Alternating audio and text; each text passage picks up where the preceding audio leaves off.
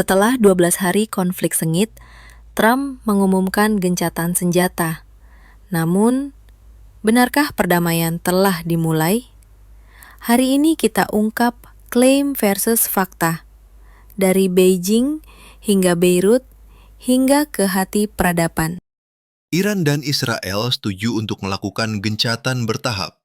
Iran pertama lalu Israel dalam 12 jam. Tulis Trump dalam sebuah posting di Truth Social pada hari Selasa. Dalam perjalanan menuju pertemuan puncak NATO di Belanda, Asisten Menteri Luar Negeri Tiongkok, Liu Bin, membahas konflik Israel-Iran dalam pertemuan dengan Duta Besar baru Teheran untuk Tiongkok pada hari Senin. Dan pejabat Tiongkok mengusulkan rancangan resolusi PBB untuk gencatan senjata segera bersama Rusia dan Pakistan pada hari Minggu. Namun pada akhirnya, Amerika Serikatlah yang muncul sebagai perantara kekuasaan utama di kawasan tersebut minggu ini. Saat gencatan senjata antara Israel dan Iran mulai berlaku pada hari Selasa, Timur Tengah menarik napas lega, meskipun penuh keraguan. Tidak jelas apakah gencatan senjata akan bertahan dengan masing-masing pihak saling menuduh melakukan pelanggaran. Pada Selasa malam kemarin, di bawah langit malam Iran dan Israel, para pemimpin kedua belah pihak telah mengklaim kemenangan.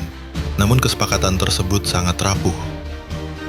Brigjen pensiunan Ram Yavne, mantan Kepala Divisi Strategis IDF, menyatakan bahwa Iran tak sekuat yang mereka bayangkan dalam Washington Post. Realitanya tidak seperti yang kita bayangkan.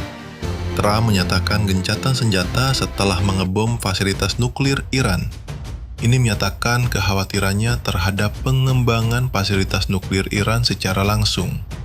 Pada Senin lalu, Iran memberikan respon tegas dengan menyerang pangkalan udara Al-Udaid di Qatar. Oh ya, faktanya.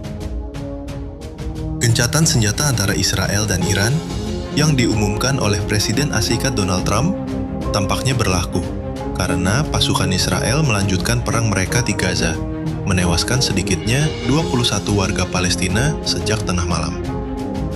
Serangan udara Israel menghantam beberapa wilayah di kota Gaza dan mengakibatkan puluhan orang terluka. Kebanyakan dari mereka adalah anak-anak, menurut laporan Al Jazeera. Sebelumnya saya ingin bertanya kepada kalian, apakah perang Iran dan Israel selesai? Lalu siapa yang mendapat keuntungan? Dan apakah gencatan senjata merupakan jalan menuju perdamaian? Jawab di kolom komentar. Karena pengaruh Trump dalam gencatan senjata, saham Amerika Serikat memasuki fase bullish, bahkan market kripto pun cenderung berbalik arah. Tapi, risiko tinggi masih menghantui. Sedangkan market energi kini terfokus pada perkembangan di Selat Hormuz, tempat seperempat minyak laut dan seperlima perdagangan gas alam cair global melintas. Jika Hormuz terdampak dan ditutup, pasar dapat berbalik arah lagi. Lemuria, peradaban agung yang tenggelam bukan karena bencana alam semata, tapi karena mereka tak menyadari ambisi dan ego mereka akan menenggelamkan mereka.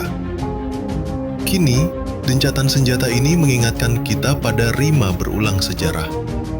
Apakah ini jeda atau tanda peringatan?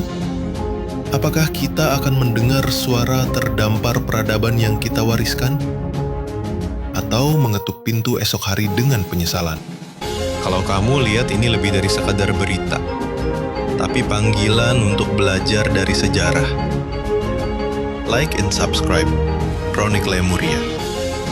Tulis di kolom komentar, apakah gencatan ini hanya jeda atau awal damai? Sampai jumpa, dan semoga sejarah tak menulis ulang tragedi yang sama. Gimana pendapat kalian? Kalau mau dibahas lebih dalam, silakan request.